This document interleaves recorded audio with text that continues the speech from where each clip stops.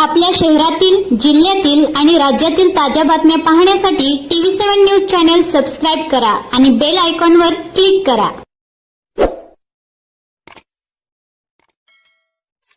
पोलिसांनी अवैध वाळूसह 4 लाखाच्या मुद्देमालासह दोघांना ठोकल्या बेड्या. सांगोला तालुक्यातील कटफळभीटमध्ये अवैध वाळू उपसा मोठ्या प्रमाणात सुरू असलेल्या तक्रारी SP ऑफिसला येत होत्या. त्या अनुषंगाने सांगोला पोलिसांना कारवाईचे आदेश दिले.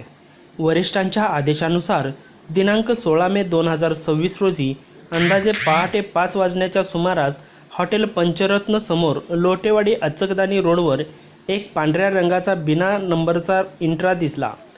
त्याला थांबवून पाठीमागील हौदात पाहिले असता 7,000ची अवैध वाळू तर 4 लाखाचा इंट्रा वाहन असे एकूण 4,07,000च्या मुद्देमालासह वाळू माफिया बिरुदेव दत्तू लवटे वय वर्ष 18 आणि दुसरा वाळू माफिया रणजित नाना लवटे वय वर्ष 19 दोघेही राहणार जुनी लोटेवाडी यांना पोलिसांनी ठोकल्या बेड्या.